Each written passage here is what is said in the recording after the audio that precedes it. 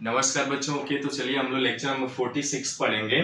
और जैसा कि हमने विलयन में विलेयता विलयन क्या होता है इन सबको देखा था, तो उसमें दो टाइप के विलयन को हमें ज्यादा फोकस करना था। ठोसों की द्रव में विलेयता क्या होती है। विलेयता क्या होती है मतलब घोला जा सके, किसी विलेय पदार्थ को किसी उचित विलायक में घोला जा सके, उसे विलेयता कहते हैं। ठीक है, विलेय की अधिकतम मात्रा को।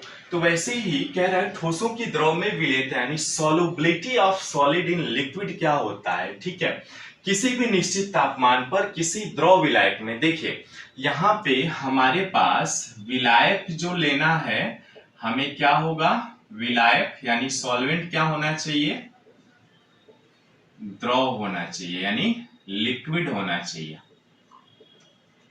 ठीक है, जिसे आप द्रव कहते हैं। अब देखिए इस विलायक में जब आप द्रव विलायक ले रहे हैं तो विलेय भी होगा।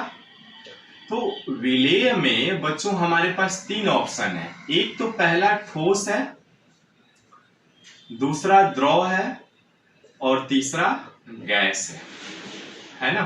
तो हमें जो अभी देखना है वो है ठोसों की, यानी जब ठोस को आप द्रव विलायक में मिला रहे हैं तो उसकी विलेयता क्या होती है और उसको प्रभावित करने वाले, जैसा कि हमने विलेयता जब सीखा था तो उसमें विलेयता को प्रभावित करने वाले कारक, यानी जो विलयन बनेगा, देखिए विलयन इन्हीं दोनों से मिल करके बनेगा।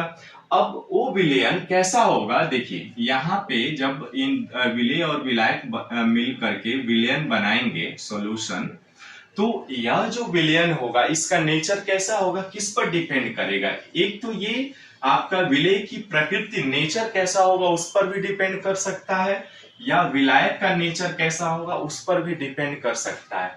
ठीक है, या ताप हो गया, टेम्परेचर का क्या इफेक्ट पड़ेगा इस विलयन पर उसको भी देखना है हमें, और दाब का, प्रेशर का। ठीक है, यानी इसका भी हमारे ठोसों के द्रव में विलेयता पर क्या प्रभाव पड़ता है, इन सभी चीजों को देखना है। ठीक है, तो देखिए ठोसों के द्रव में विलेयता क्या होती है कि किसी भी निश्चित तापमान पर, आप कोई भी निश्चित तापमान ले लीजिए, मान लीजिए 25 डिग्री या 30 डिग्री सेल्सियस पर। अभी हमने एग्जाम्पल देखा भी इसके प्रीवियस क्लासेज में।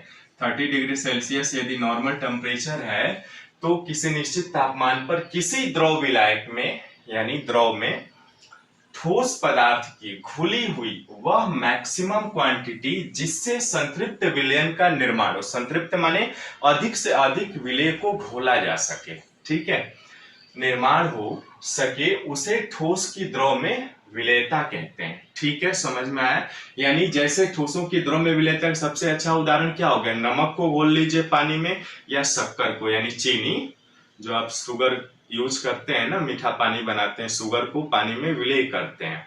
ठीक है, तो उसका भी हम यानी ठोस है, तो ठोस जब आप मिलाएंगे किसी एकदम फिक्स टेम्परेचर पर 30 डिग्री सेल्सियस में, मान लीजिए शुगर कोई अपने पानी में मिलाया द्रव विलायक में, तो उस पर इन सांद्रताओं का क्या प्रभाव पड़ेगा, यानी विलेय विलायक की प्रकृति, टेम्परेचर का, प्रेशर का, उसको नेक्स्ट टॉपिक हम वही पढ़ने वाले हैं कि जब ठोसों के द्रव में विलेयता हम बनाते हैं किसी भी नमक और पानी का, सिंपल याद रखें, नमक पानी का घोल आप तैयार कर रहे हैं तो उस पर टेम्परेचर का इफेक्ट कितना पड़ेगा, क्या होगा, प्रेशर का इफेक्ट क्या होगा, विलेय या विलायक की प्रकृति पर कैसे निर्भर करती है, उन सभी चीजों को देखना है। तो अभी हमने क्या सीखा, ठोसों की द्रव में विलेयता यानी किसी भी निश्चित तापमान पर किसी द्रव विलायक में ठोस पदार्थ की घुली हुई वह अधिकतम मात्रा जिससे संतृप्त विलयन का निर्माण हो, उसे हम कहते हैं ठोस की द्रव में विलेयता। ठीक है, समझ में आया होगा। ओके, तो नेक्स्ट जो वीडियोज में हम पढ़ेंगे ठोसों की द्रव में विलेयता को प्रभावित करने वाले कारक। ठीक है, और डिटेल में अध्ययन करेंगे। ओके, मिलते हैं फिर नेक्स्ट वीडियो में एक नए कॉन्सेप्ट के साथ। तब तक बाय, सी यू। और हाँ, यदि चैनल पर नए तो प्लीज चैनल को सब्सक्राइब, लाइक और शेयर कर लीजिएगा, साथ में घंटी का आइकॉन जरूर दबा लीजिएगा।